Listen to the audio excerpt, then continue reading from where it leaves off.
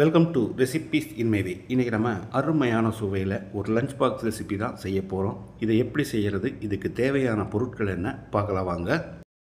வானலியில் 2 table spoon தேங்காய் எண்ணெய் ஊற்றிக்கலாம். 1/2 டீஸ்பூன் கடுகு, 1 டீஸ்பூன் கடலைப்பருப்பு,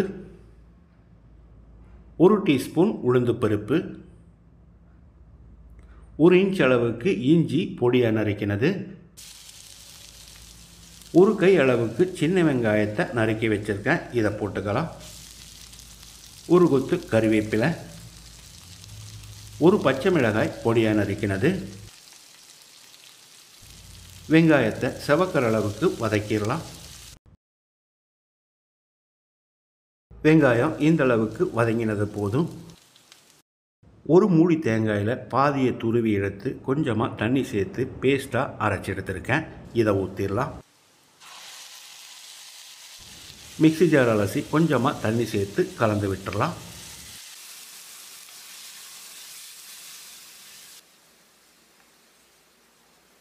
இப்போ இதில் 2 டீஸ்பூன் அளவுக்கு உப்பு சேர்த்துக்கலாம்.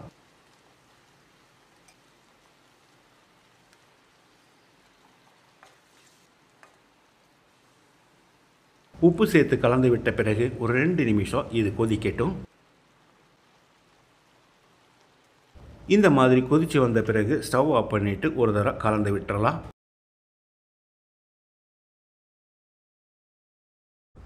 இப்போ இதில் 1/2 கப் அளவுக்கு புளிப்பில்லாத தயிரை ஊற்றி கலந்து விட்டுறலாம். கட்டி இல்லாத அளவுக்கு நல்லா கலந்து விடணும்.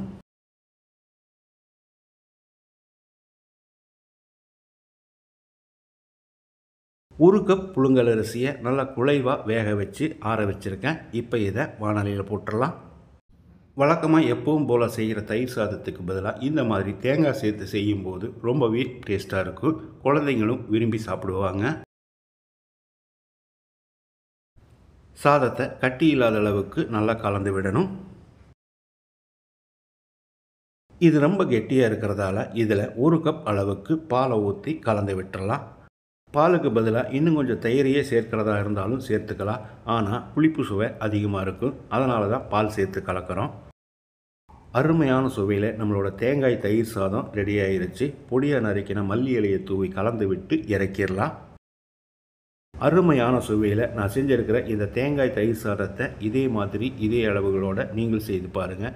இந்த வீடியோ பிடிச்சிருந்தா லைக் பண்ணுங்கள், கமெண்ட் பண்ணுங்கள், ஷேர் பண்ணுங்கள். சப்ஸ்கிரைப் பண்ணாதவங்க சப்ஸ்கிரைப் பண்ணுங்கள். மறக்காமல் பெல் பட்டனை கிளிக் பண்ணுங்கள்.